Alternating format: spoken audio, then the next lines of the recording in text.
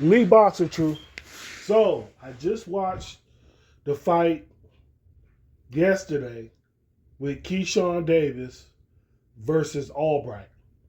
And let me just say this: Keshawn Davis, he does need to move up in weight. He's saying that after the fight that he will move up to 147 pounds because that weight is too much for him to, try to get to. And he did an outstanding job. I was, a little bit worried about trying to make the weight and trying to keep the energy, but it looks like Keshawn Davis did keep his energy throughout the fight. And he pretty much, he did dominate all rounds from what I seen. He dominated all rounds. It looked like Albright wanted to hold a good amount of time. He wanted to hold. He wasn't trying to apply any kind of pressure. He wasn't using the jab to try to stick on Keshawn Davis. Keshawn Davis in the ring is a character. He likes to make faces, smile, do all kind of things. At one point, I believe it was the seventh round, he body slammed Albright and got, I believe, 2 points taken away from him for doing that. And then Albright ended up doing the same thing, but not with the aggressiveness to Keshawn Davis. But crowd was out. You had Keshawn Davis doing what he was supposed to do. It was a fighter that he already beat, so he beat him again. The only thing is that Keshawn Davis got to learn how to control. If these are emotions, he needs to learn how to control it because this can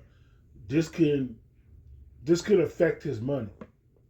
This could affect his money going forward to the big fights because if he continues to do this, he's moving up to 147.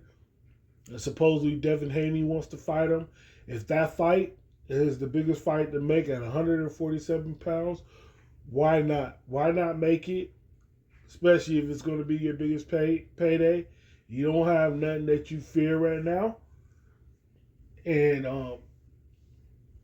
with Devin Haney, the chance of you getting dropped or knocked out or anything like that are very slim, in my opinion. But why not? Because now you got to move up to 147 pounds, and what you got? T.O. there, I believe at 147. Ryan Garcia at 147. You got a pretty good deep division. And now with Keshawn Davis there, all he's got to do is continue to move forward. And some of these fights definitely can happen. I could see the Devin Haney fight happening. I could see the T.O. because I believe T.O. still with the zone or something like that. Ryan Garcia is still with the zone. That fight could happen. Rolly fight could happen because he's with PBC. There's multiple fights that can happen with Keshawn Davis so we can see how really good he is. And if I'm not going to lie, if that Rolly fight came up with him and Rolly, I definitely watch it. I definitely watch it because one thing we know is that, Javante already fought him. And we know that people are saying that Rolly does have power. So that's one thing we do know. Rolly has power. So overall, on that fight, I give Keshawn Davis an A minus. Well, no, I'll just give him a solid B plus. I would say a solid B plus because the body slam in the ring. Other than that, he would have an A minus. Besides the fact that people felt that he was going to knock out Albright, and he didn't. So he would get an A minus if it wasn't for that body slam in the ring. But everything else, it seems good. And maybe now at 147, he even has more power. We don't know. We don't know if he's been weight draining for the last couple of fights and this has affected his power. Because sometimes that does affect your power. But with that being said, you definitely had a good night of boxing on the zone.